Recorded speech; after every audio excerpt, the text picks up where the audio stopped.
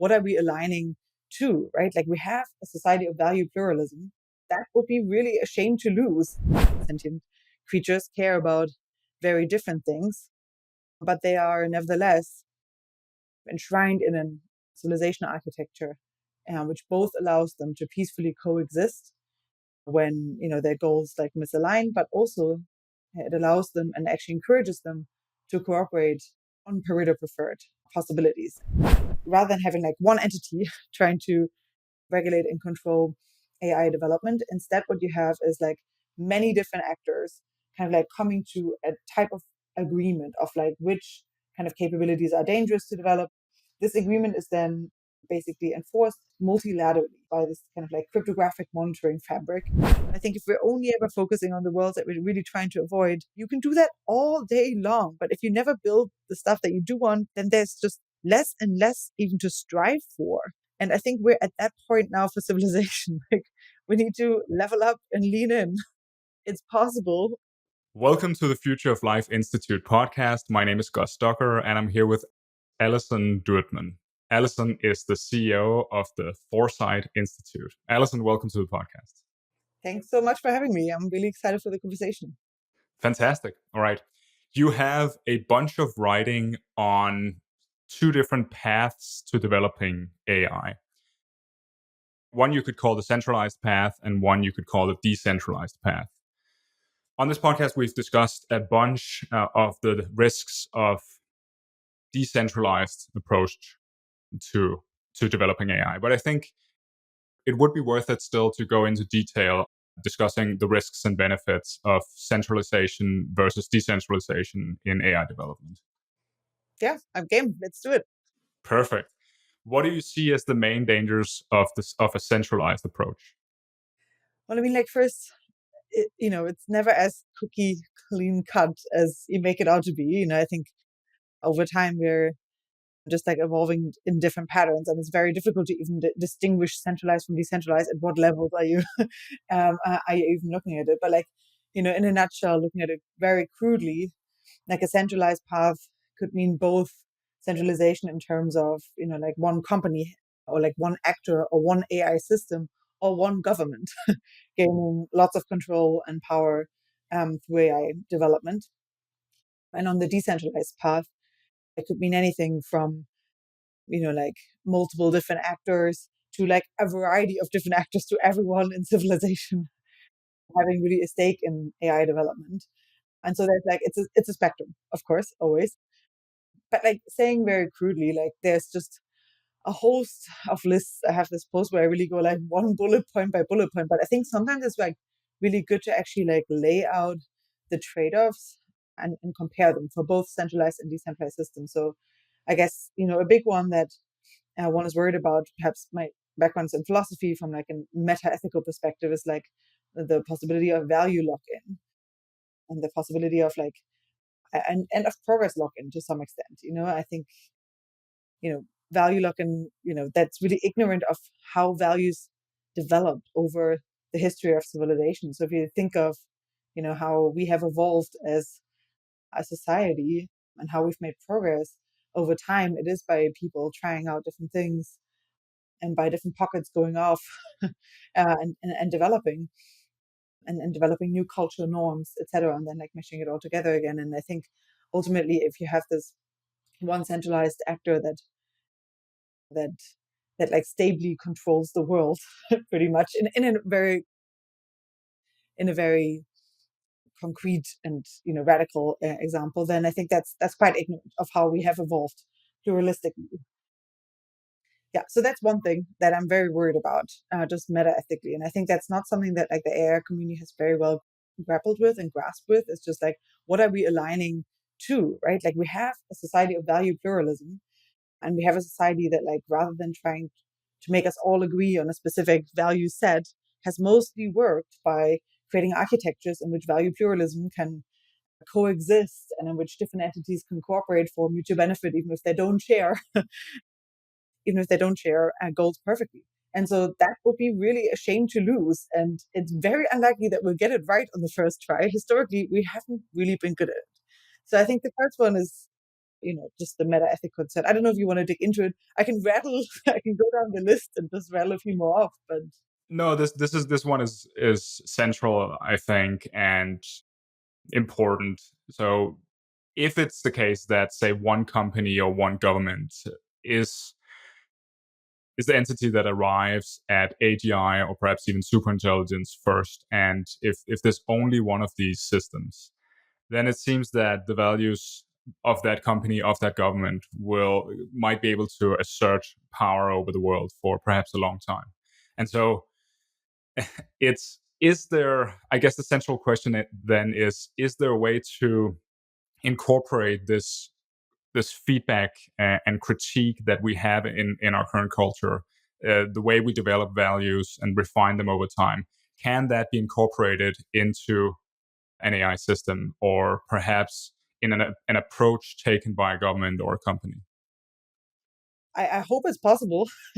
I think that there are these like different paths of developing AI systems, and one that a future I would like to see more draws on like a few notions of. One is this notion of a Pareto-topia, which, bear with me, a utopian it's a utopian outline here, but it's basically a utopia of utopias. And so you go from a civilization in which different entities, including humans and possibly eventually AI systems, and perhaps eventually like other sentient creatures, care about very different things, but they are nevertheless kind of enshrined in a civilization architecture, which both allows them to peacefully coexist when their goals like misalign, but also it allows them and actually encourages them to cooperate on Pareto preferred possibilities. And so that doesn't always mean for mutual benefit, but it at least means that at least one of these entities is better off from cooperating than the other without having left the other one worse off. And so over time, this type of, I guess like blueprint of a civilization could move along these like Pareto preferred paths into not quite perhaps a Pareto-topia, but definitely Pareto-tropic notions. And this is a concept that was developed by Eric Drexler and Mark Miller, who we've co-authored a book with. And Eric has filled it out and colored it in to some extent, and Mark has, but I thought it was always really inspiring. And I do think we can get to something like that, hopefully, because to some extent, that is how civilization has evolved already to some extent, just by virtue of the fact that over time, rather than perhaps like coercing each other into specific arrangements, it has become more valuable for us to figure out how we can get to where we want to go by also helping others along the way, by offering them potential deals that are also good, seen as good by them on their own terms. And so this kind of notion of cooperation has a lot of precedence in civilization. So I don't think it's impossible that we can make it, that we can continue to enshrine it in civilization. But I do think it takes a lot of architecting and mechanism design, and a lot of like trial and error to figure out how to do it. And we don't have much time. Yeah, I guess that's also an important point, right? Talking about what's Pareto optimal, it seems quite theoretical still. And so the difference between what's theoretically optimal and what can be implemented in the machine learning pipeline as it exists now, or in the corporate structure of a company, or in the governments that are currently in the lead in AI development now. Do we have enough time to implement something like what you're thinking of here? Well, I think Drexler makes this point in his post on Pareto-topia, which is kind of interesting, which is basically that over time, maybe automation, robotics, possibly even nanotechnology enabled production makes the pie of civilization grow a lot, like the GDP pie, I guess. And so, actually, the gains that you get by cooperating from each other, even on, let's say, a deal that is Pareto preferred, but perhaps not, like highly optimal for you, are so big that it actually becomes super attractive for you to cooperate. And so cooperation might become much more attractive over time if only we find, like, if only we find our way into it. And of course, there's like many different ways in which it could go wrong in reality. But I do think that it might actually be a future that we're moving to, or can at least move to, by just highlighting and getting very precise about highlighting many of these cooperative opportunities. And so, one way in which civilization is currently suboptimal is that it takes, it has, cooperation comes at a lot of cost, right? Like, we have search costs, you need to actually like go. So, let's say, I'm probably not even aware of most of the ways in which I could cooperate very usefully with most of the world. I just don't know. I'm sitting here in the Bay Area. I'm just not aware of it, and that's because I don't have the time to go out there, roam the internet all day, look for other people that might want to offer me something, or other companies that might want to offer me something that I would love to that I'd love to take them up on. But by decreasing search costs, AIs can like possibly help a lot with cooperation. It's not only by decreasing search costs, but by also like finding a possible deal, then helping negotiate the terms, right? Like that takes a long time to actually negotiate contracts. That is a big, big, big transaction cost that we're all facing, and that really like prevents us from reaching a much more cooperative world. And then finally, like the enforcement side of things is also, like suboptimal in the way that we do it right now. So you could imagine a world in which you have these fiduciary AI systems that are really like, kind of tied to your well-being and your welfare that you trust. Hopefully, there's some privacy protections in place if they have access to a lot of your information, but that basically act as your multipliers out there in the world, and that go out there for you and look for these better cooperative deals. And once they found them, they negotiate terms that are actually acceptable for you and that would leave you up in a, leave you in a preferred state, and then like finally help enforce them. And there's various ways in which I could do that too. And I think we could totally get there. We Nothing's stopping us from creating these types of these types of entities, but like it takes a little bit of, it takes some intention. It's something like, as the world moves from scarcity towards abundance, the strategy of cooperation becomes more and more preferable to each person or each company or each government. And you have on top of that AI decreasing search costs and transaction costs and making the world more transparent. So you have more options to cooperate, and you have more knowledge of those options also. And so that's actually a pretty positive vision. Let's hope the world goes that way. I think we should also touch upon the risks of decentralized AI development before we get further. Perhaps the biggest one, or the one that I've discussed most on this podcast, is just the risk of proliferating dangerous capabilities. So if you have, say, something that we would think of as decentralized AI development would be perhaps open source development, and everyone can take the system, everyone can fine tune a model however they want. They can use it in ways they want. And so if you end up in a system, in a world, sorry, in which it's much easier to, say, develop bioweapons or attack critical infrastructure, do cyber attacks, and so on. That's what I see as perhaps the main downside of decentralized AI development. Do you agree? And what can we do to mitigate that? Yeah, I mean, I think we would be doing us a disservice even if we're pushing for a more decentralized path if we ignore the risks that are coming from it. That would be, we would really be shooting ourselves in the foot. And while, at Foresight, I guess generally we have somewhat of a bias towards open source development, with Christine Peterson, our co-founder, having been instrumental in coining the term open source software. Like this, like AI just brings a host of new problems.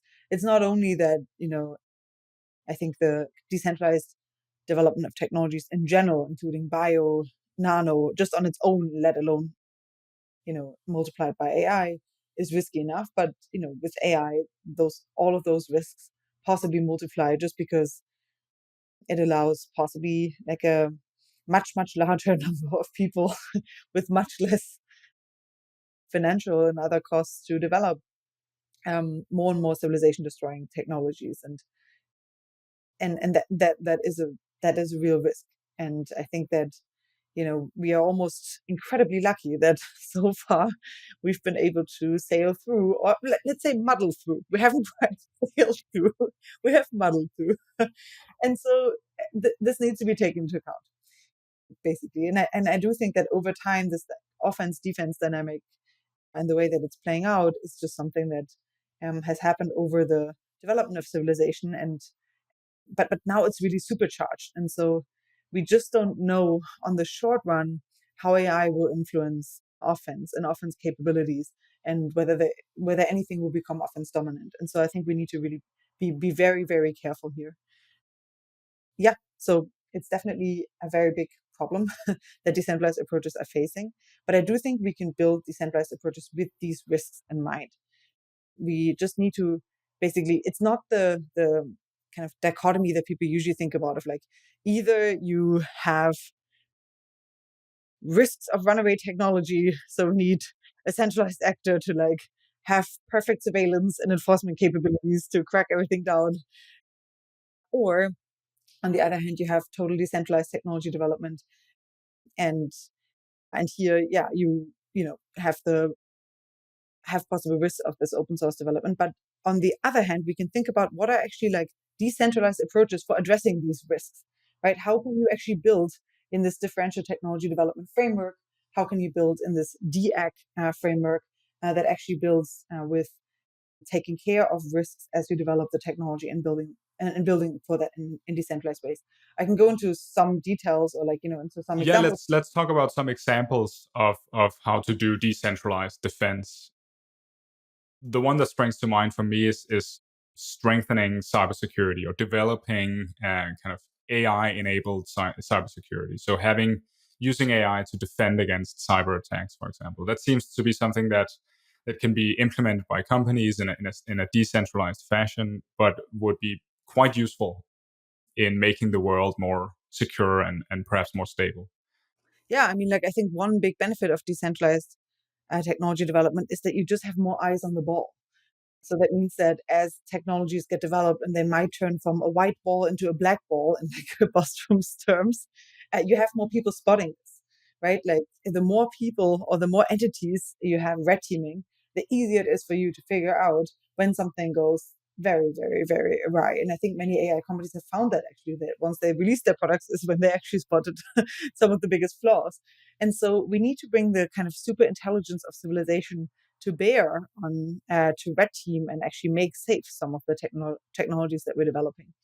Over time, I do think that, it's unclear whether just human red teaming or human vulnerability discovery will be enough. We might have to automate some of that too, because the threats are getting automated, especially on cybersecurity. Like, it's a very big question, how much or how fast cyber cyber offense will be exacerbated by AI development. So we need to also think about automated tooling that we can develop, and like AI and how it can help us in defense.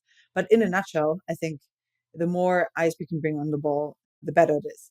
And I do think that even when you think about not only the kind of swarming around red teaming and actually like checking whether something has been developed correctly, but even just when you think about the architecture and the design of systems, and how we could design them to be more resilient, their decentralization could also come in handy. So, for example, there is this really interesting kind of like prototype or like example that I often use, which is the SEL4 microkernel, which is one like hell of a bit of technology, because it's a microkernel that is formally secure, so you can actually verify its security. But it also withstood a DARPA grand challenge, or like a DARPA red teaming swarm. And so that means, on the one hand, it's combining two different sets of security for this approach of defense in depth, which is awesome. But on the other hand, it also, the way that it's set up and the way that it works is actually, using this kind of like principle of least authority, by actually like really separating the different processes, threads, virtual machines, and the different components that it's made of into different subparts that can then be verified. And so I think we really need to think more about how can we, create even systems that are set up in a way where they're being built bottom up, where you can verify possible sub pieces of critical infrastructure easily, and then build in this modular way more secure systems from the bottom up that are easier to defend and easier to attack. And how can you give access only really when it's required to for sub parts of a component rather than to a whole system in itself. So I think the decentralization piece just gives you so much more modularity in how you want to deal with access as well. So there's a bunch of different like architectural advantages as well, I think, for building things in this way. Is this compatible with how modern machine learning systems are built, though? Can they be separated into modular parts and examined one by one or apart from each other? Yeah, I'm not technical in in machine learning, so I don't actually know if like in how like again I think it's to some extent a way like to some extent I think it's a way of like how you look at a system or at what I guess at what level you look at a system. So I think, for example, if you look at just AI development as a whole, I sometimes wonder if we are running more towards a world in which we have many different specialized AI systems that are performing specialized tasks, or whether we're getting more of a, let's say, like a deep research style, let's say, AI system that like can perform or that can perform like a lot of different tasks, perhaps even if paired with operator, rather than we currently have it. Well, it seems like the AI companies in front are gunning for general systems that can work as agents, systems that can solve a wide variety of problems. So basically, they're trying to create AGI. It's perhaps it would be we would have a safer world and we would have a more pleasant world if companies were putting more energy into developing systems like AlphaFold or systems that are superhuman in a narrow domain. But it seems like the current strategy from the AI companies is to go for AGI. I think. I mean, yeah, that's definitely, I think, really within their mission statement. But I do wonder, like, the way that we're currently set up, is it possible to push for more of these, like, super intelligent but very specialized entities that are then again enshrined in a larger civilizational architecture that, resembles perhaps more a supercharged economy that we currently have? And there, it's just unclear to me. You do have systems like deep research that I think are trying to just create this one-stop shop for answering questions. But then you also have these incredibly specialized and really powerful systems like AlphaFold, who, like we just saw that AI systems can actually be co-awarded a Nobel Prize to some extent through their creators for the scientific contributions that they've made.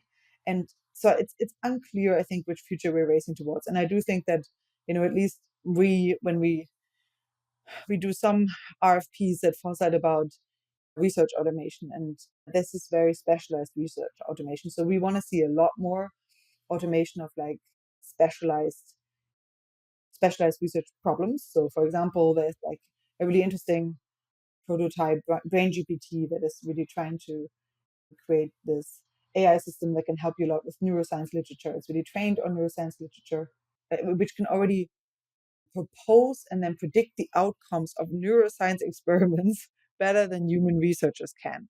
And so I think that if we just incentivize more these very specialized entities, if we create these like larger and kind of like architectures in which they can cooperate, we can actively compensate for some of the centralized dynamics that perhaps many of the AI systems face. And of course, ultimately, it's an empirical question. Just like I think we shouldn't be kidding ourselves that sometimes it really helps for creating more intelligent systems to centralize everything back into one. But there again, it's a question about architecture design. and about how this centralization looks. Because at the end of the day, it really depends how you look at a company. Is it centralized? Is it decentralized? Well, it really depends at what level of the company you're looking at and how it's set up. But I think the important thing about decentralization when we name it is the fact that you have different entities that can keep each other in check. You have different entities that can monitor that development is safe and secure, that it's resilient. You have more and more eyes that are being brought to the table to like check whether things are developed in a secure way. So I think there are a few kind of properties of decentralized systems that, including their resilience, that we have to kind of try to build in and bake into system development as much as we can. And I do think that by actively supporting specific, more specialized, super intelligent, subsystems rather than the very, very centralized ones, we can sometimes make a difference. Yeah. I wonder if we could have or develop, and I'm thinking of humanity, if we could develop a system or a civilization where you have decentralization at the lowest level, and as you go up in complexity, so say as you go from companies to governments to international collaboration, you have more centralization. But that centralized authority has authority over a very small set of issues.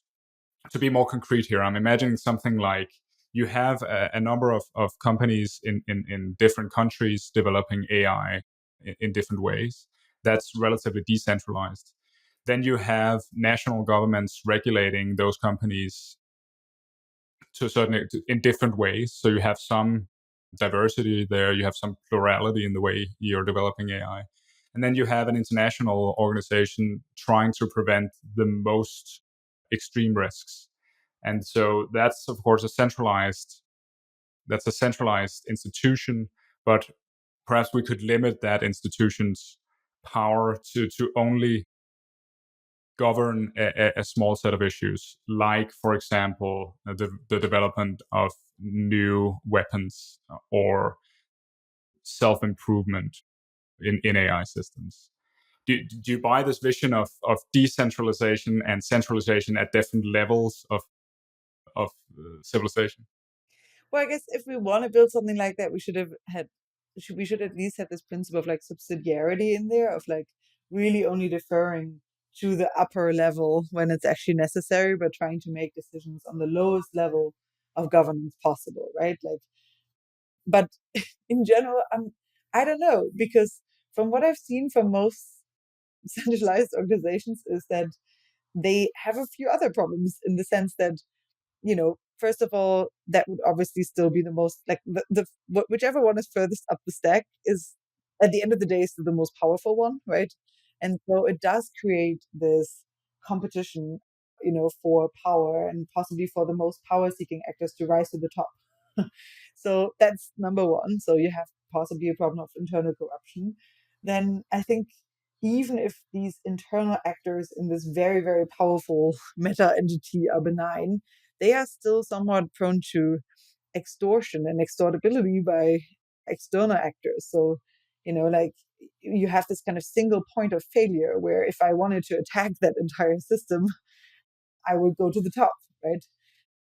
You also have a problem that like you have mission creep and just like the the gradual expansion of the domain of interest and responsibility of whichever this organization is. And we've seen that, I think, with so many governmental organizations that we have that have just exploded, I think, in their in their domains.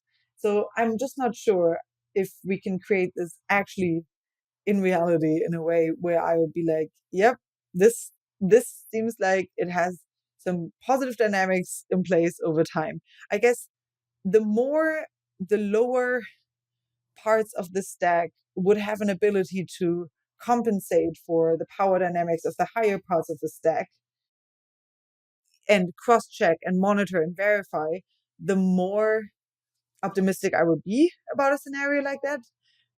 But at the end of the day, in your scenario, how would this entity decide what is actually, an incredibly dangerous technology, and like how would it actually enforce and prevent the development of this technology? Would it require something like um, ubiquitous surveillance and ubiquitous enforcement capabilities, or like how do you envision that? Because I think proof's in the pudding. Yeah, yeah. I mean, there are various suggestions for how to do this, and it's true that you would need to have some kind of surveillance, but perhaps you could limit that surveillance to surveillance of the largest training facilities, or perhaps the kind of surveillance that governments are already doing to each other, and hopefully you could avoid surveillance of private citizens and so on. But I agree that there are there are very difficult and thorny problems with implementing something like this. The problem is just that if we don't have something like this, if we we face the other side of this issue, which is just the potential of human extinction, or the potential of incredibly harmful events. Yeah, no, I definitely don't mean to sugarcoat one side. It's always easy to poke holes in into someone's proposal than to actually come up with something yourself. But I do think one thing I want to mention about this is that, even if you could design something like that in theory, I'm really worried about that it's just not the world that we're in right now. We are in a world in which there are many different centers of power, like not a lot of them, but like definitely a few strong contenders. China and the US and Russia are like three strong contenders, and have been historically over some time. So this is not news, and power balances are like dynamic and shifting, and there's just a lot on the line. So I wonder, like in this constructed entity, that's if we're trying to move from this more multipolar world that we have, even though it's not very decentralized, but there's at least a few entities that are holding power, to this more unipolar world of like this, one final checkpoint for dangerous activity. How do we get there? Because any effort that would originate in the US for moving there might not be super welcome, and it might understandably not be super welcome by Chinese actors. And they might not have like total trust in the fact that this is happening, that this is happening to their advantage in Russia, like let alone onboarding Russia, or onboarding many of the other countries that are obviously also still very relevant. So it's really difficult to move there, and if you try to just impose it, you're creating this kind of first strike instability where it's almost like the more credible such a system that is perhaps US originated or US run, or or something becomes to China or Russia, the more of an incentive they might have to strike first to prevent such a thing, because for all they care, that is kind of a singleton takeover scenario that they're worried about, and they just have a very different perception, I think, of how the world will work over time. So I think moving into these states, or even just credibly signaling that we want to go there, also comes with some costs, just because we are currently not in the state. And yeah, so I do think we should be we should be careful or mindful of that. Or if we want to design anything like that, I think the way to design systems that are preventing risks, the more open source we can design them, the more input possible, and the more from the bottom up we can design these systems, the more skin in the game different entities will have to uphold it, to trust it, to check that these systems are true.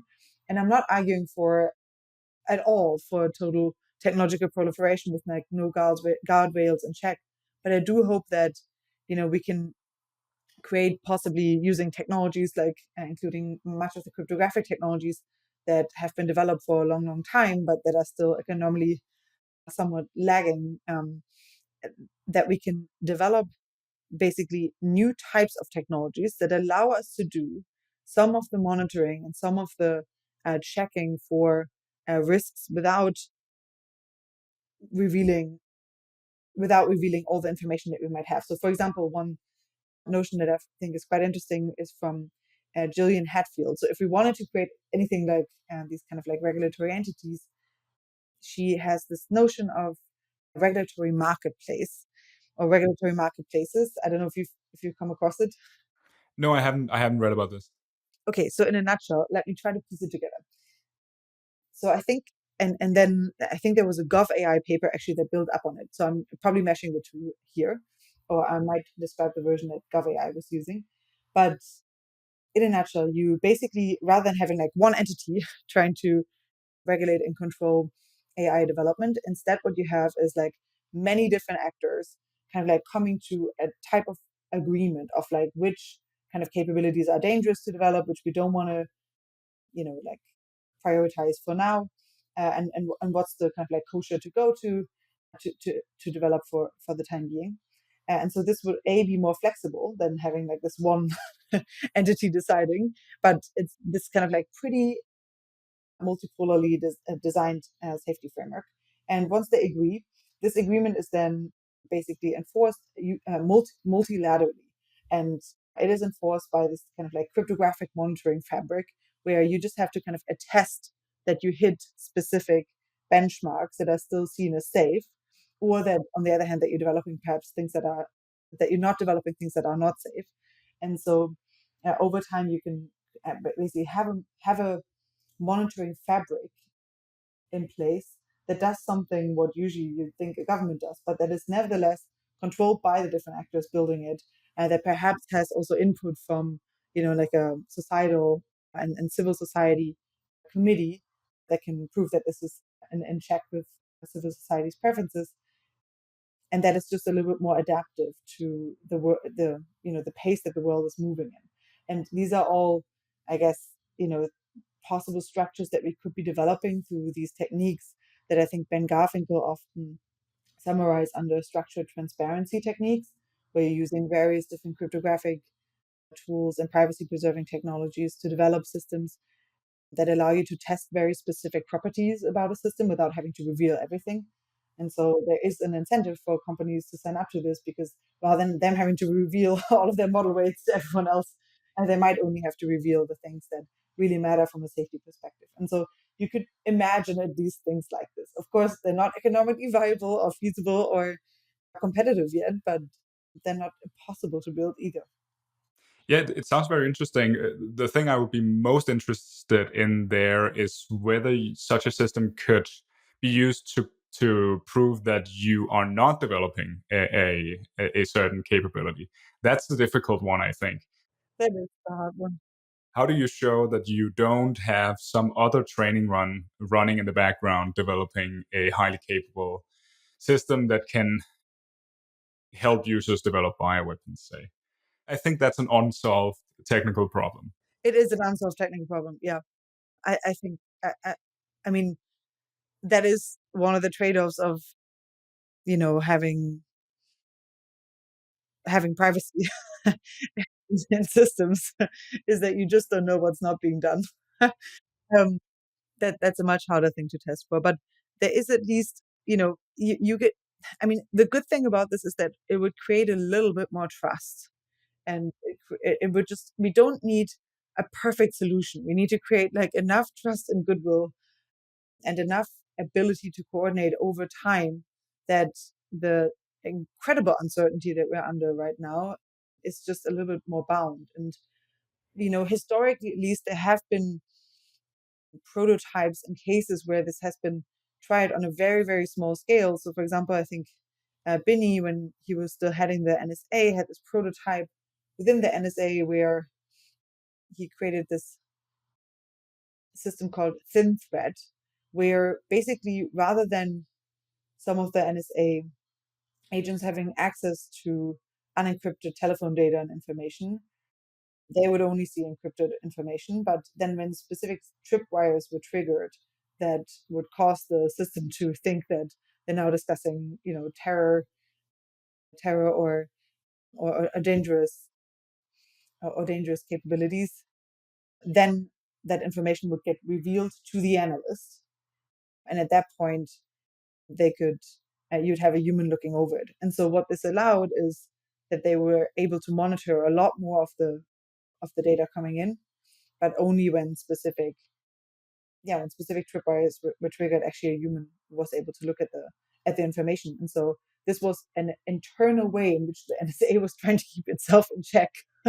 But it was really just a prototype, and I think it was discontinued. never saw the light of day, even though it had really excellent tests. But these are things that we can be doing to create more checks and balances. And even if they're not perfect, they can at least move us gradually into a world from which we can then develop the next set of solutions. Yeah, yeah.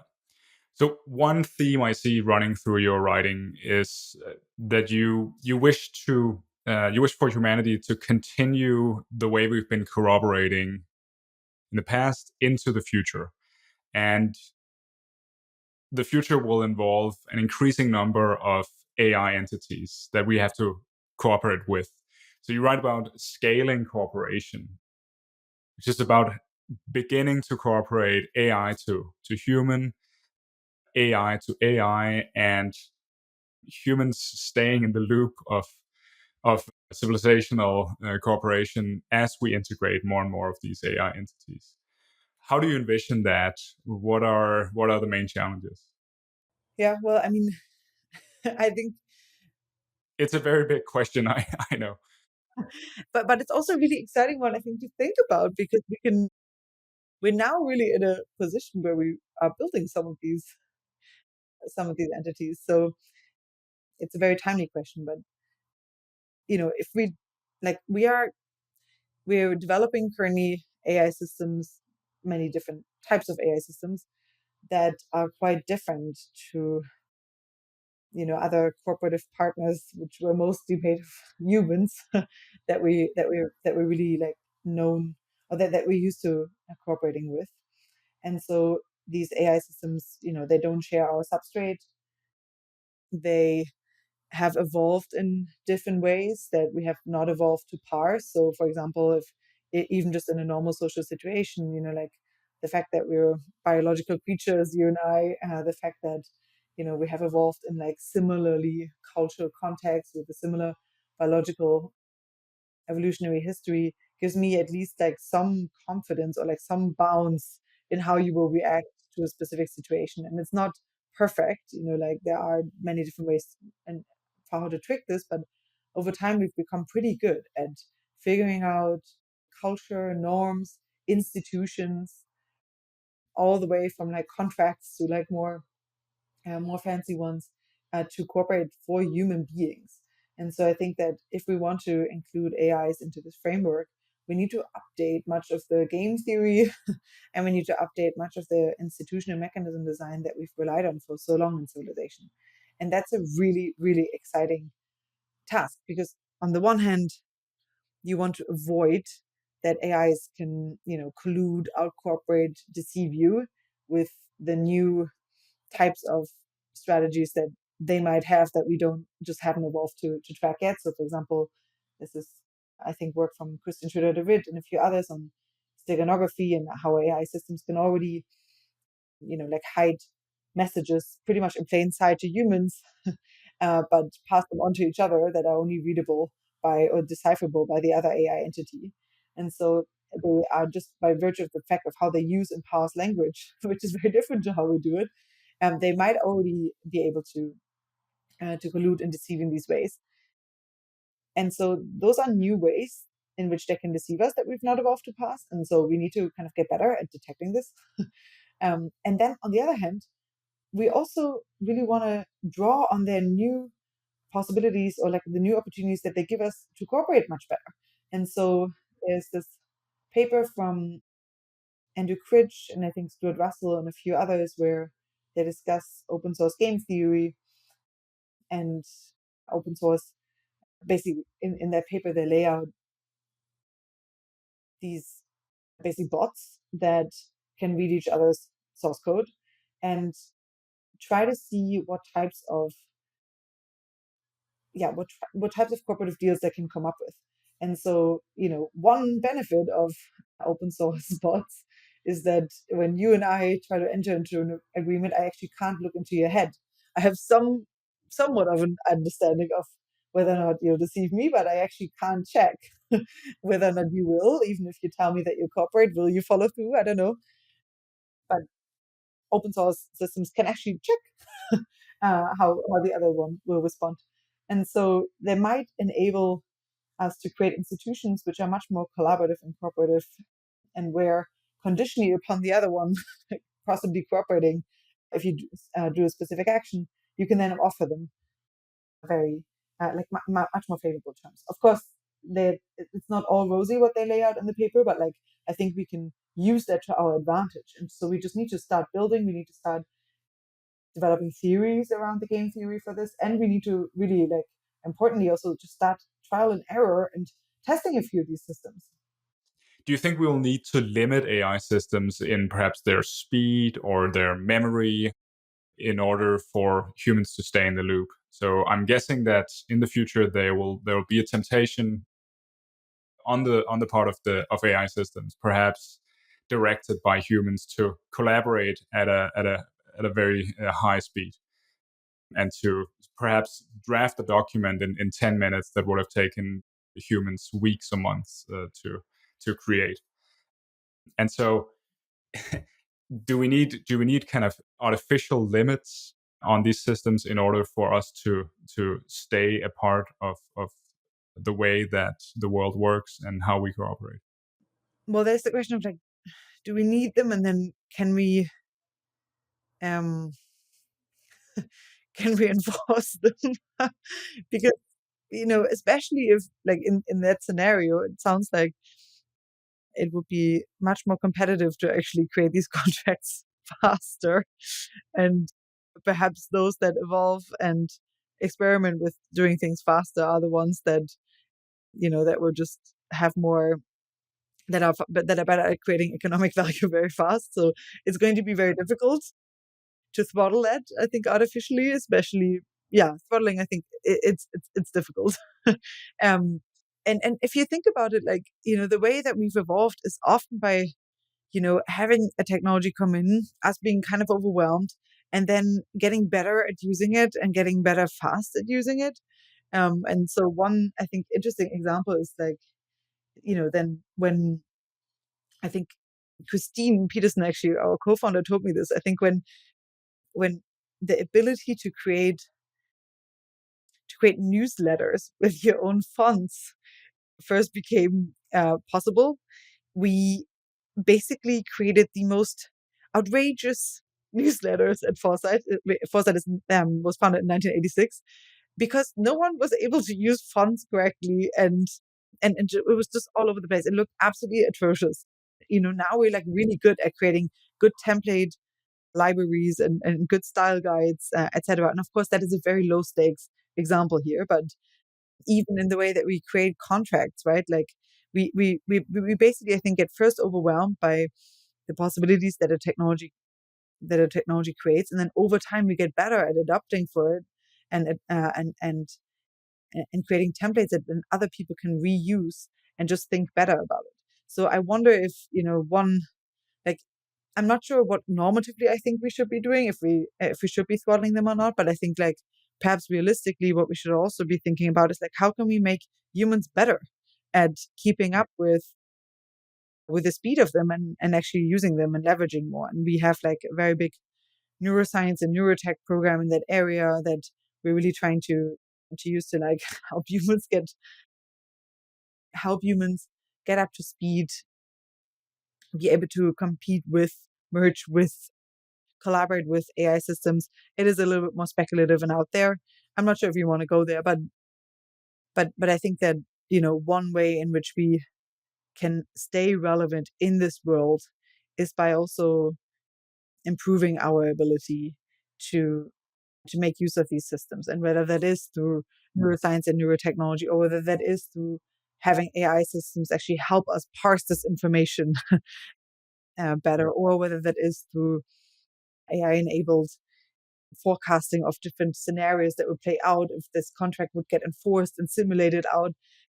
We can also just use these tools to kind of get us up to speed.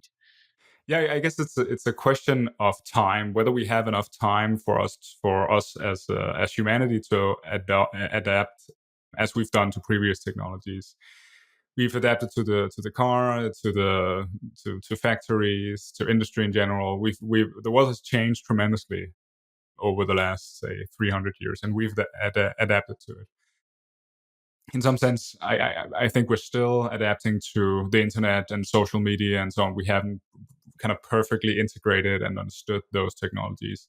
And if that's any indication, it takes us perhaps decades to have this back and forth with the technology, and adapting it wisely, and seeing what we don't like and changing that and so on. If it takes decades, we might not have enough time with AI. Things might move so fast that we can't rely on this on our usual procedure of trial and error and updating the technologies along the way. What then? If we can't rely on that, how do we quickly get up to speed?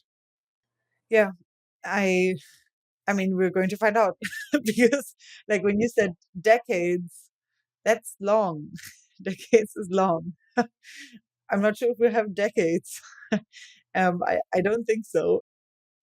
I think we need to be faster than that. I really do think, on the risk of repeating myself, that we need to enlist AI technologies to help us with this stuff.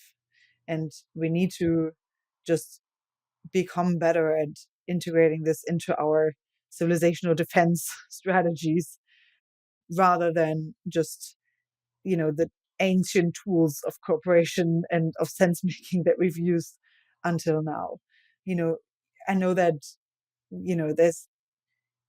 this is going to come with risks as well. We need to, somehow just try things out. But even if you just look at, it would be very, very good if we could just even predict the pace of progress, and not just the pace of progress, but even how different technological developments will influence each other.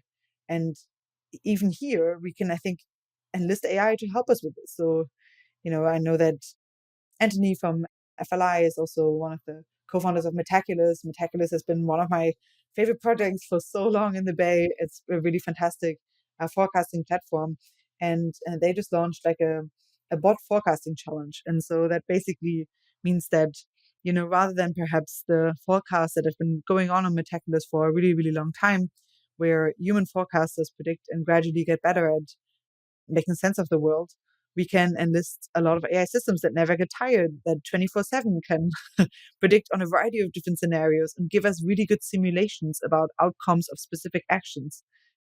We need to lean into these technologies, and we need to enlist them to help us make sense of the world. And I do think that we're receiving so many grant applications right now, which are building on new ways of prediction theories, and basically even like having different AI agents debate each other before they predict out on a specific scenario again. And I know this is very in the weeds, but like there are, when you look under the hood, there's just so much technology that we can develop now and that we can learn from, all the way from sense making to cooperating better to really like leveling up ourselves and our knowledge and our ability to come together and form agreements.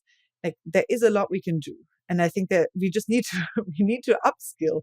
I remember when I went from high school to university, and I was like, wow, this is different. I'm not prepared. I need to I need to level up. And it was 1 year of learning 24/7. And it was a kind of like a pace of learning and topics that I was just not prepared for. I think coming from a German school system into like it was the UK university system, it was just like not things that we were taught in the high school that I was in. And I was like, I'm not gonna make it. And then I leveled up and I really leaned in. And I think we're at that point now for civilization. Like we need to level up and lean in. It's possible. So, what do we need? Do we need world leaders and company leaders to have AI advisors to help them look at forecasts? To what are the best options for leveling up and for using AI to make better decisions? Well, I mean, it's kind of like chaining together a lot of the individual examples, I guess, that I mentioned, all the way from like, using better AI simulations for helping us achieve and get at like possible trade-offs of specific because we will be facing so many high stakes situations in the few years to come. And so just having really good forecasts of like how different outcomes might affect other outcomes and conditional forecasts, etc., and being able to simulate out these scenarios really well would be awesome. That would be one thing. Then the second thing is, the ability that we started the podcast with, which is this ability individually to just cooperate much better and to create this kind of like really cooperative, almost like superstructure of civilization where you're just like out there and really enmeshed and ingrained with other people. That's great, but we can also bring that to bear on like larger challenges, right? Like it's not just like us individually getting more of the things we want, but ideally we also want to use these AI tools to find ways in which we can come together on the large challenges, like like Moloch traps, the multipolar traps, the kind of big challenges that we're facing. And so coming to perhaps a few like, really high stakes agreements over time that AIs can help us reach agreement on, enforce, monitor, that would be fantastic. And there's like plenty to choose from, but just trying out a few of these more larger way, kind of like multi-way commitments would be great. Do you think decision making at the highest levels, so at the level of world leaders, do you think what's lacking there in order for us to get higher quality decisions is information? Do you think decision making at the highest levels in the world is constrained by lack of information and forecasts and so on? Well, it's not just at the highest level. I'm trying to also get away a bit from the highest level, in the sense that Eric Drexler, in this book in 1986, Engines of Creation, he laid out a framework of design ahead for specific technologies. And so this modeling out the risks and benefits of a specific technology is also very beneficial on a local level. So I think for everyone developing tech and everyone, like developing, like let's say even AI for bio, etc., like having a window where you can design ahead, and that's not only predictions, right? That's also simulation software that's getting much better.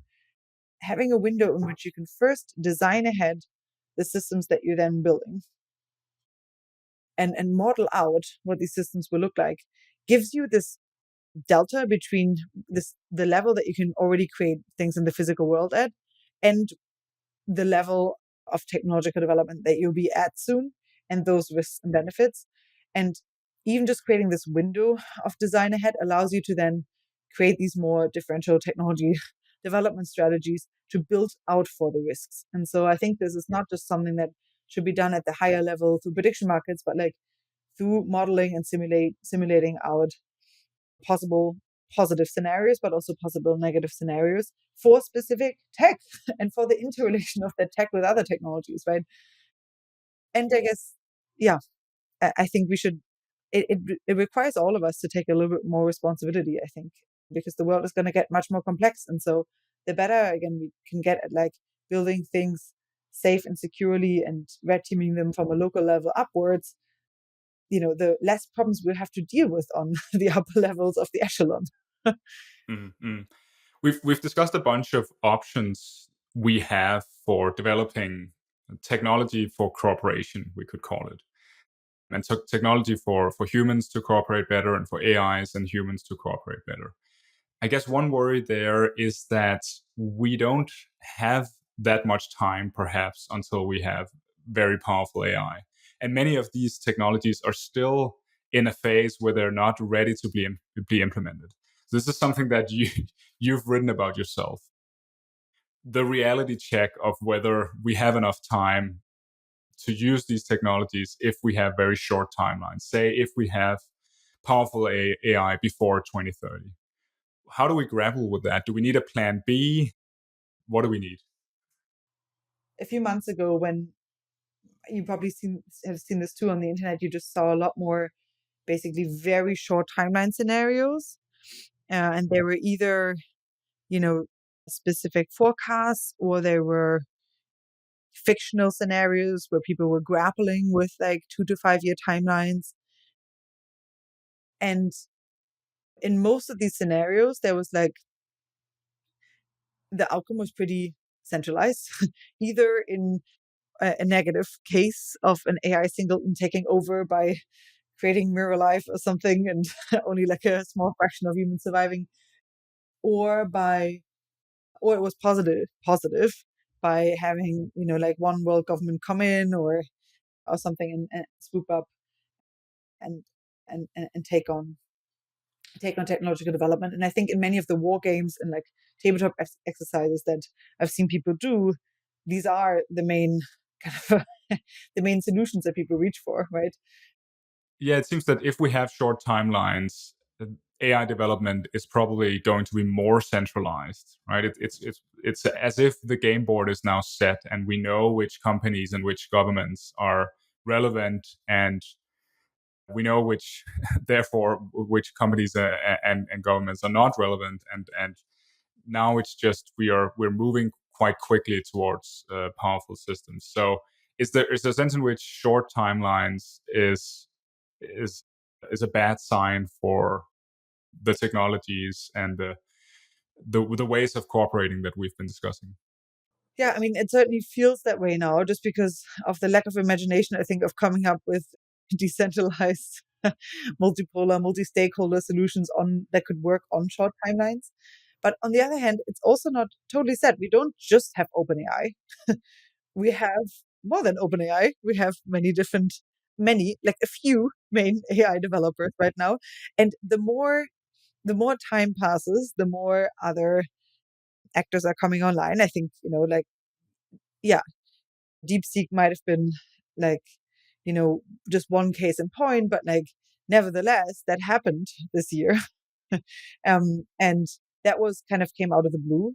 And I do think that, open source usually, or the value of open source system design or like more open designs takes time, because it often takes time for different systems to build up on the technologies developed by other open source designers, and creating this kind of like very rich infrastructure of open source design. So yes, in general, I would say longer timelines favor these more kind of like open decentralized approaches, but we are already seeing like steps into those directions. And to the extent that we have a lever on how systems are built, we can actively influence that by building in an open collaborative way, and by developing more specialized sub agents that then can be used and in these more open source frameworks and designs. Mind you, we also need to create frameworks for how to deal with the risks that can be exacerbated by open source design. I'm not just saying that just do it all in the open and like just not worry about the risks, but we can actively, I think, push the world more into these directions. And many people are doing that right now.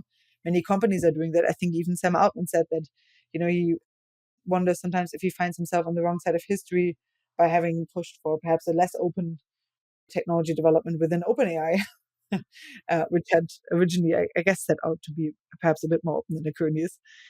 So I think we have definitely seen this year somewhat of a shift, at least mentally and ideologically, to these systems becoming a little bit more on vogue, for lack of a better term. But yeah, the proof will be in the pudding to some extent, and but I think, we are making the pudding.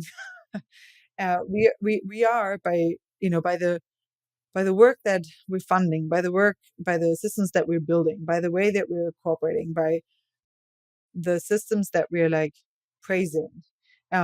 We are actively creating, milestones and north stars that become more attractive. So I do think, even though the chances don't look amazing right now because we have these very, very large entities, they're also not impossible. And I think the important thing to think about is like, where does decentralization and open source perhaps actually like deliver like a few unique advantages that centralized systems don't have? And a few, for example, that is now more speculative from the crypto world, but you know, AI systems are like pretty good at like solving these like general problems, but like at some of these like long tail problems that require you to kind of solve edge cases, or require you perhaps to like bring local knowledge to the table. They're not really good at like gobbling up that data. It's just not within big data usually.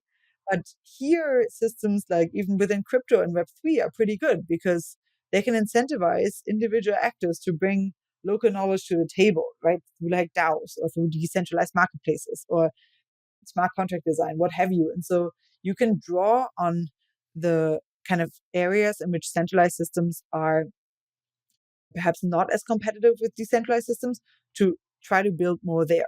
Another one, for example, for privacy preserving tech is applications in, let's say, healthcare or finance, because that is just not something that centralized AI can really touch often because it requires the handling of very sensitive data that often by law or just because people are not willing to share it, centralized systems can't handle. And so if we rely on various of the privacy preserving technologies to create ways in which we can have these more federated approaches and privacy preserving approaches to how we can make sense of data in decentralized privacy preserving ways without having to go through centralized systems, that's another really big step in which we can create specific niches, at least, in which decentralized systems can possibly out compete centralized ones. But ultimately, yes, it will be an empirical question.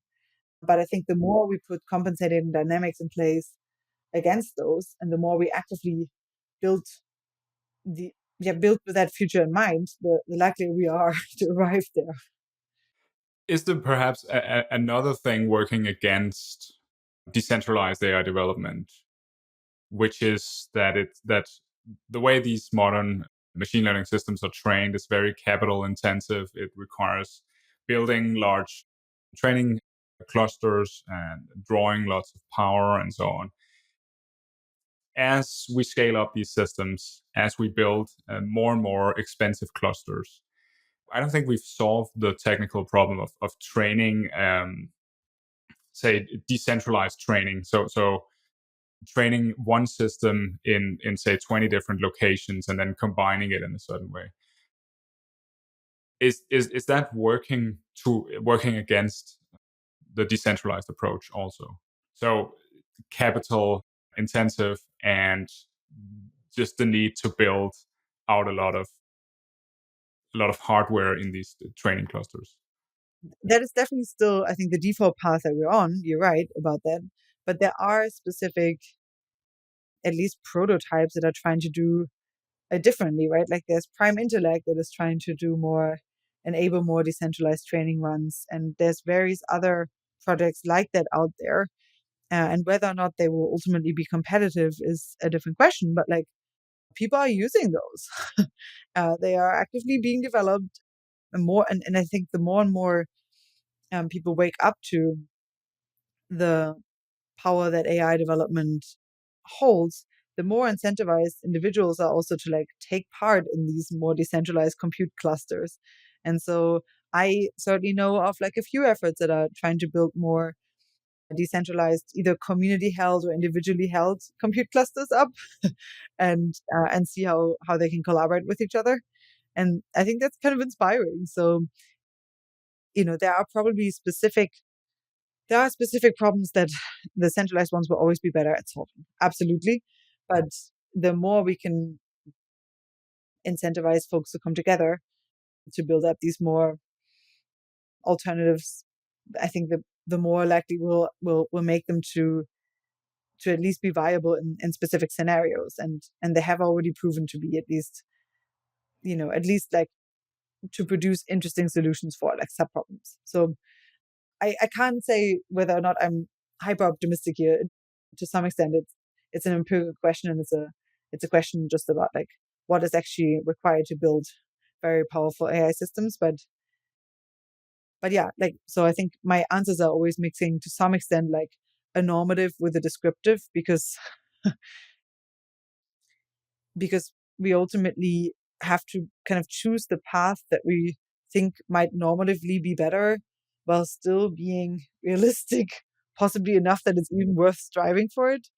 Um, yeah, so it's going to be difficult, but we have it in our own hands. Yeah. When you think about the future of AI, how much do you draw upon history? Which lessons can we take from history? Because it seems like AI could be so different from many other technologies we've seen in the past. On the other hand, humanity has also undergone technological revolutions before, and it seems that we have an ability to adapt. How do we? Which lessons should we take from history? There are plenty, and I'm not a historian, but I think two things perhaps that are just like often popping into my head is, on the one hand, when you think about this kind of long-term game of centralization versus decentralization and offense defense, which is going to work out, we've played that game for a long time, and the question is maybe like, you know both, or it will be a continually evolving force. Like, we often have it such that, like, systems start out decentralized, then over time it gets more economical to centralize some of these tasks together, and then over time, there are some of the trade-offs of centralized systems also, that they're not as innovative. So people start innovating in specific sub pockets and either break out or like fork out of the larger system, or you just have competitors coming in that are able to do whatever is relevant in the new technological reality much more concisely and specialized, and then they grow up over time to become the dominant player in a specific arena, until again different technological realities become available, and different subsystems are built. And so I think we've just seen this in the history of yeah of the development of everything from the mainframe computer to possibly the internet to social media to even within crypto. We've just seen this kind of play out over and over again, and to some extent the question is just like, will it eventually crystallize into one substrate? Like, will AI make this different, or will it just be the same? I find it hard to imagine that we won't be coming up with like better AI systems, and in a more specialized way that can just do things just with a very different focus than they had been previously developed, and then outcompete the old generation of AI systems again. So to some extent, I find it very hard to think that we're currently are putting a stop to this entire development, and we'll just like lock in this one AI or otherwise world government or private actor that will lock down progress forever. I find that just very, very, very hard to imagine that that's the way that the world will turn out, and will crystallize in this way. And then, so yeah, so basically that might give us some hope. There's always like something that will just become more competitive over time. And then the other one is that sometimes, for everything that I've said about, like, trying to leave the future open, trying to, allow us and our descendants and other entities to kind of reinvent the rules from within the game, and having perhaps like a little bit more of an open approach to the evolution of the development of AI systems. Nevertheless, we can also point to like some historic examples where at least we have been relatively successful at putting systems in place and that lead to the baseline conditions being set up relatively well. And that was, obviously the US Constitution, and many people have many problems with the US Constitution. But nevertheless, it was good enough that it got copied a lot.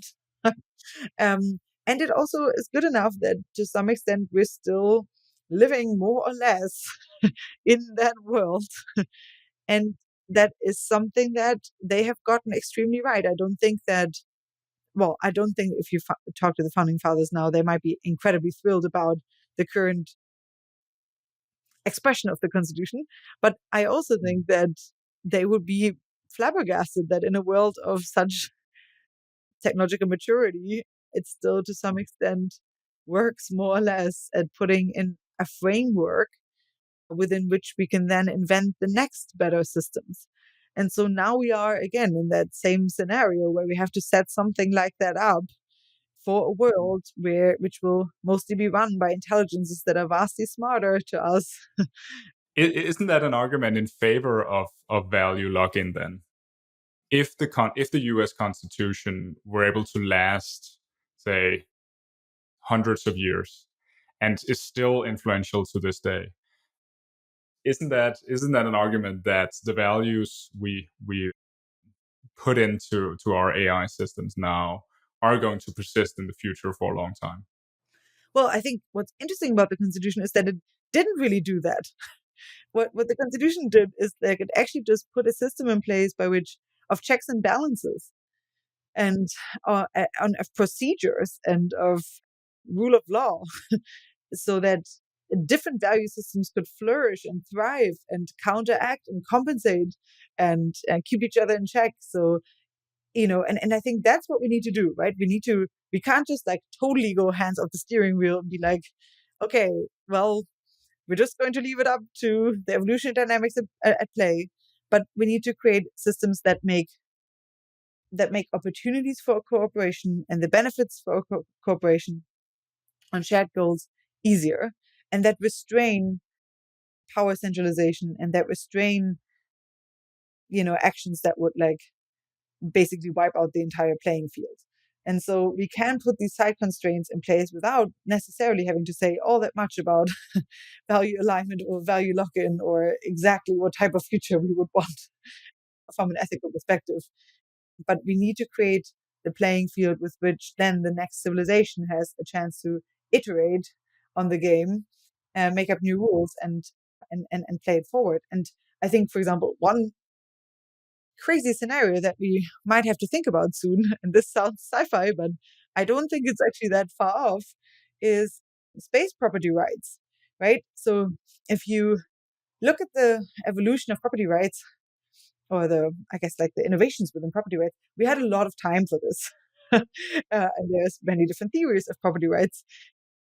But, we have come up and evolved with systems that allow us to create rights to do things with objects. So I think like property rights really like are a right, like they give you a right, not like the right to a thing is a right to do a thing with it. And we see that I think a lot right now when, for example, I think Hernando de Soto had this book on basically people trying to come in, I think, to some Latin American communities or sub-Saharan African communities and try to like draw up new land titles for specific 3D plots of lands, but they didn't match at all how the communities actually wanted to use that land. So, for example, oftentimes it wasn't just this kind of like different plot of land, but like different people had to go through to go to a waterway and like so that a land was used communally for parts of the day and like privately for other parts of the day. And so, the way that we had drawn up property in the West just didn't really quite work out that way for these specific use cases. And so there you see really that like, the right to a thing is like a right to do a thing with it. And the same, I guess, for, how we cut out property rights before we knew that like radio spectrum was a thing and we needed to update property rights. Anyway, we just had a lot of time for this and we had a lot of time to adapt and we're still adapting. There's like pollution credits now and like, all kinds of like noise pollution problems that we're still tackling with. So it's not like we're perfect at the property right problem, but we've had a lot of time at adapting to it.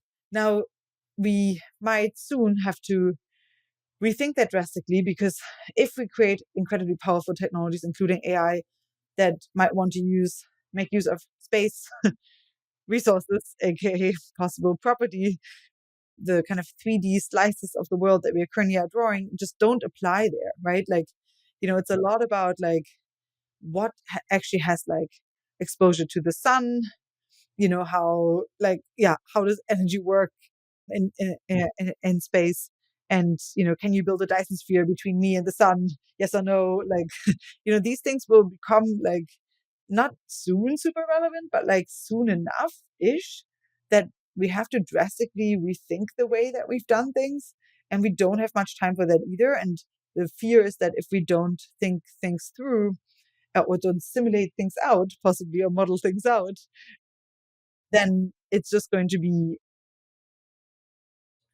come first and settle and that will be who owns what. My impression is that we have actually attempted to create some space law or property rights for space, but much of this legislation is from the 1960s or 70s, something like that, where they were probably not thinking of an AI driven kind of race to settle space. And so it seems right to me that some of this legislation should be updated in light of what we now know about AI and what's possible. But it's a difficult problem. It's difficult to even know where to start there. I think property rights have been a good technology for cooperation on Earth, to allocate resources efficiently and so on. It's unclear how that maps onto space, whether property rights will be useful there. Also, the example you mentioned is kind of interesting. Can you harvest the energy from the sun such that no one else is getting sunlight and therefore they die? Basically, yeah, things might look different in space. Is what I'm saying. Yeah, yeah, yeah, they surely will, I think. And I mean, you already, yeah, some of the current space treaties that exist are either some of them are outdated, for some countries just haven't signed up. Then I think, you know, when you bought Starlink, I think you were also signing that you weren't accepting specific space treaties. I think they were about Mars though. So it's not necessarily clear that all entities will entirely uphold those. That will have a claim to space.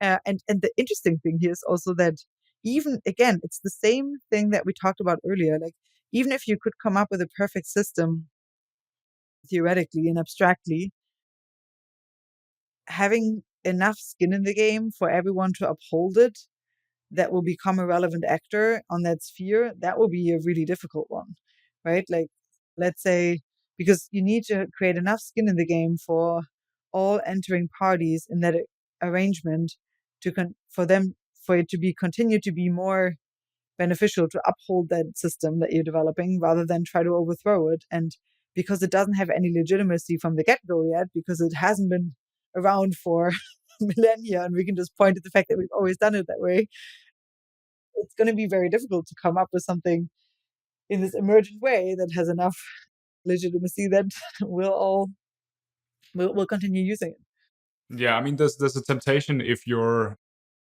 in front, or if you're the most likely to settle space, you're kind of leading the race.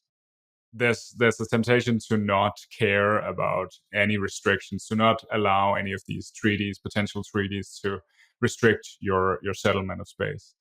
Now that I'm thinking about it, do maybe we have some ideas for solving this because we've solved this problem on Earth before, perhaps settling unclaimed land or settling the seas or something like that. Yeah, we actually, so it was a chapter in the book, this book Gaming the Future, that we wrote, that some of these ideas that we discussed are coming from, that we then cut out because it was just too wild and speculative. But like, one idea would be in how, like, basically, we, on the one hand, we're facing a problem with AI automation, and that, like, many people will lose their jobs. And so with the more capital you have where you enter in any strong AI or TAI world, the better you set up in that world. And so, as your labor, or like, as your labor becomes less valuable, like, capital will always be something that AI systems will want from you, capital, land, resources, etc. So we were thinking, how can you actually equip people with a way to continue to remain relevant in a strong AI world, and where they have something to bring to the negotiating tables with AI systems. And one way to do that is by giving them capital or property. And where could you take that property from? Well, there's a lot of unclaimed property in space that will soon be claimed by whoever gets there first. And so if we want to avoid that it's claimed by whoever gets there first, arbitrarily, then we should create something called an inheritance day, which again Eric Drexler brought up in Engines of Creation in 1986, which is a day by which the remainder of the at least accessible universe, like the light cone, or however you want to slice it up, will get divided across everyone who lives. And you can then trade on the expected value of that property with whoever wants to go out there and make use of it. And so this would kind of like solve the problem of capital that you have going to a strong AI world, with the other problem of we have to solve the space property problem, and would give everyone like really like a very cozy and cushy financial start in this AI world. There's a lot of space out there in space, or like a lot of useful We would be resources. a very privileged group, us kind of the currently existing people, if we all got a large share of space. But I guess the problem is then why would an AI that's settling space respect any of these property rights instead of just doing whatever it can to acquire as many resources as possible? Well, we don't know that, obviously. We haven't built these systems yet. But if the earlier we put these systems in place, again, the more we have, I mean, there's a bunch of different problems. We're running into the problem even of just like, how do you divide up that space? Like, for example, you first only make part of this deal whatever is available in the next 10 years, probably, because things are also moving away faster. So, like, it's very difficult to even see what will become available at the time that we can settle it. But, like, there can be different timed releases and delays, and people have actually thought about this. So, there are some of these solutions. But the idea is that if we could come up with a solution, the earlier we come up with it and the more, well, first, if we can come up with one, we need to also make it one that many other nation states and their citizens and civil societies adhere to it. So that will be the first one. It's not just like how do AI systems adhere to it, but how do we make it even like a stable Schelling point for other humans and their various governing bodies. And once we have done that, then I think we can enshrine it to some extent you know, in the architectures with which we're cooperating through with AI entities. And yes, if they don't uphold any of our legal systems, and if they're entirely are just going to blast right blast right through it, of course they're not going to uphold this either. But like I think the earlier we can come to a mutually agreeable solution that at least civilization can uphold or more or less uphold, can enshrine that in contracts, can enshrine the contracts in code, and have that be the reality in which these AI systems grow up in, the more likely we'll make it that they will also consider it legitimate, rather than if we like suddenly bring that to the negotiating table of just like, oh, by the way, we all granted all humans these wonderful space property rights. Yeah. So it's we're very much in speculative land here, but again, we don't have much time. These are all problems that we are facing now, and so we need to think about it. To what extent do you think technologies are created versus discovered? And I'll explain what I mean here. If we say a technology is created, it means that we're making choices that influence how that technology turns out, and it's the technology is more or less what we wish to create in the world, versus technology being discovered, which would mean that it is it is us exploring the tech tree, say, and stumbling upon some technology that works in a way that's just inherent in the technology because ultimately of the laws of nature and the laws of physics and so on. Do you think we are beholden to discovering technologies that then just work in ways that we can't foresee? Because it seems to me that, for example, the way large language models have turned out is mostly us just in some sense stumbling into that paradigm, and then it works the way it works, and it's not a set of deliberative choices. Yeah, again, I'm way out of my depth here, because I'm not a technical scientist in a specific domain. So take anything that I say with a huge grain of salt. This is almost a question of philosophy or of history, of technological history. It's not necessarily a technical question. It's more a question of, yeah, at the grandest level, how technology works.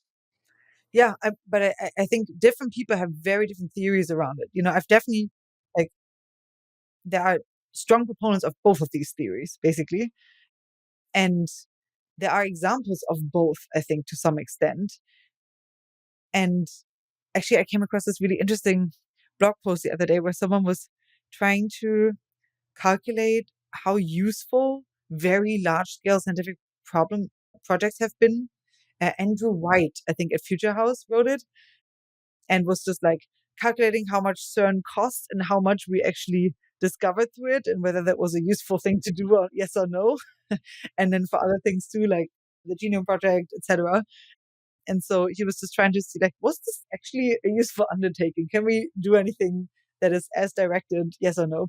And he was relatively pessimistic after the post, but you never know the collateral effects, I guess. We could still look back on this in 200 years and have a very different opinion about it. But okay, so back to your question. To some extent, I think we're discovering things about the world. And in another way, we can still influence that path, that tech tree usefully by ordering the arrival of some of these technological developments. And so here we're back in the offense defense dynamic. And so the reasons why, like at Foresight, we're also building tech trees and have done a little bit in collaboration with FLI even together. And the reason why they're useful is not necessarily because you know that, like, you know, eventually you will like tick up all the different capabilities on the tech tree, but it is because by making the tech tree clear and creating the common knowledge around it, you can sometimes incentivize development of specific technologies first in tandem with each other. And that also means that you can sometimes incentivize the development of safety and security enhancing technologies first within a tech tree. So sometimes the ordering of technological development is important. And by, by actively putting resources towards developing, let's say, getting, if we put a lot of resources towards getting much, much better computer security very, very, very fast, before we have a world of strong AI, I would be already a lot more optimistic that we can basically, I think computer security is a super undervalued issue still. And I know that like many people, in our respective subcommunities, I think are also caring about this and have cared about this for some time and are definitely gearing up to care about it a lot now. But a lot of that work is focused on AI security and securing AI labs rather than on like general computer security across civilization, securing all the physical infrastructure, including electric grids, nuclear facilities, etc. Like that, we're really bad at, and so that's going to really bite us in the butt, for lack of a better term. And so, by if we were in a much better world in which computer security was much stronger, I would be much more optimistic generally about the future of AI development. And so, if we had a tech tree that laid that out, perhaps, and had laid that out a long, long time ago, maybe, just maybe, we could have built systems more with that in mind. So sometimes I do think that by just creating common knowledge around and simulating outward and designing outward what's possible, you can influence the ordering of technological development to some extent. Not perfectly, but to some extent. How should we think about having children if we are at the cusp of developing very powerful AIs? Now, this is definitely not advice, nor prescriptive, nor anything, because I'm not even a parent yet, but I will be in 3 weeks if everything goes well from now on. So take this with not just a grain of salt, but like here's someone that does not even have kids yet talking about that future. But it's definitely someone who has grappled with it because I've created what will soon be like a child, and I've done so very intentionally. So I think that to some extent, we have to believe that the world will continue. And we have to believe that we have a future.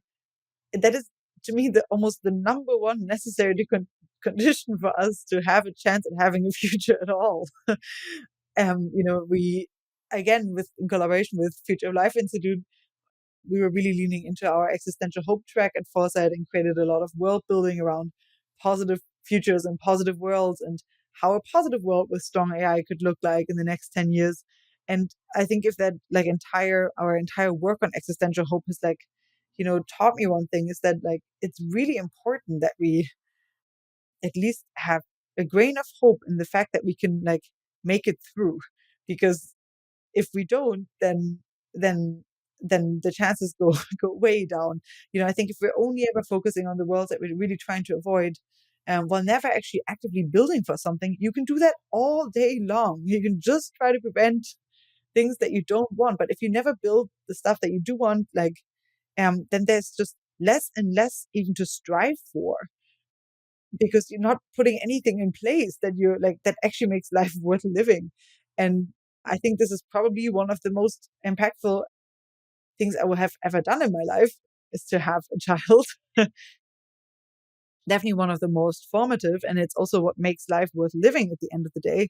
And so I do think that without creating these like beacons of hope for yourself, and like, then what's the point of it all? Really. So I don't feel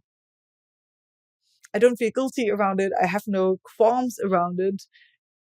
I'm pretty excited about it. And I think that to some extent, hyperstition, it's definitely not a real thing, but like, if all of us engaged in the world in a more positive, collaborative lens, rather than in only zero sum dynamics, and we might not make it through, and, the whole economy is going to crash, like, you are creating to some extent the world that you live in, just by virtue of the fact of how you show up every day in the world. And so this kind of like local living of your values is important. Yeah, that's a good way to end this interview, I think. Allison, thanks for chatting with me. Thanks a lot, Gus. It was very fun.